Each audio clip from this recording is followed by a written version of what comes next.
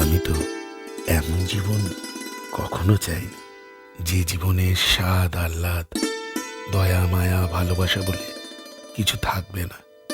এমন জীবনের কি মূল্য আছে বলো? আমি একটা সুন্দর জীবন চেয়েছিলাম, তোমাকে বিয়ে করে ভেবেছিলাম আমাদের জীবনটা সুখের হবে। আমার অর্থের প্রতি মোহ কোনো কালেই ছিল না। চাকরি করে যা পাই ভেবেছিলাম আমাদের সংসারটা সুখেই কাটবে। আমি বাবা মায়ের একমাত্র সন্তান।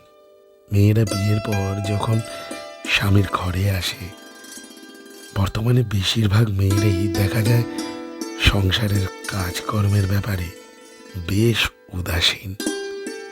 তারা চায় স্বামীকে নিয়ে বাবা মাকে ছেড়ে আলাদা একটা সংসার। তোমার সাথে বিয়ে হয়েছে 7টা বছর পেরিয়ে গেছে। বিয়ের আগে তোমার পরিবারের খোঁজ নিলেও তুমি কেমন একবারও জানার চেষ্টা করিনি। বিশ্বাস ছিল তোমার উপর।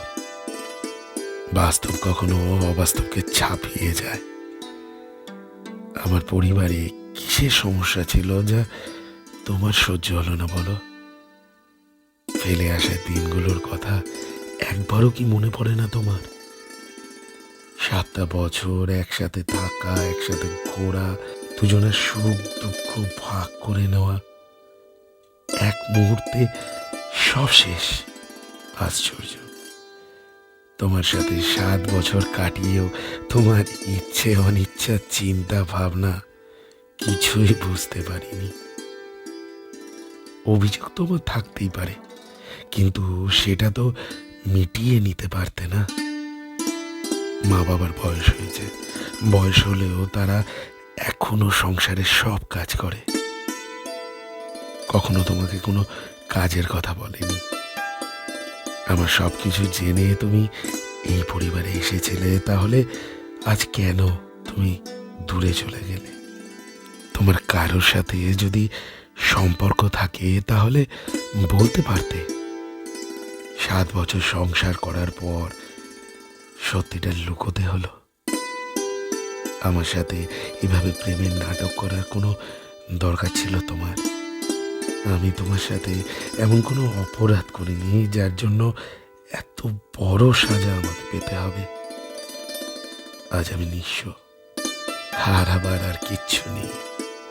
কিন্তু আজও মন থেকে বলবো, তুমি যেখানেই থাকো সুখে থাকো। শুধু একটা কথা মনে রেখো, একটা সম্পর্ক ভাঙা খুব সহজ, কিন্তু সেটা তৈরি করা, টিকিয়ে রাখা বড়ই কঠিন। সো ফ্রেন্ডস, আমি অর্ঘ্য ছিলাম আপনাদের সাথে, কলমে সুচি চক্রবর্তী। ভিডিওটি কেমন লাগলো অবশ্যই কমেন্টে জানিও, এবং তোমার ছেড়ে যাওয়া মানুষটিকে ট্যাগ করতে বলো না। এই মুহূর্তে তুমি যদি আমাদের ফেসবুকে দেখে থাকো তাহলে প্লিজ আমাদের পেজটিকে ফলো করে দিও। আর যদি চ্যানেলে নতুন হও তাহলে প্লিজ চ্যানেলটিকে সাবস্ক্রাইব করে দিও। আর যারা সাবস্ক্রাইব করেছো তাদের অসংখ্য ধন্যবাদ। দেখা হবে নতুন একটা দিনে, নতুন একটা ভিডিওতে। টিল দেন সবাই ভালো থেকো আর নিজের মানুষটিকে ভালো রেখো।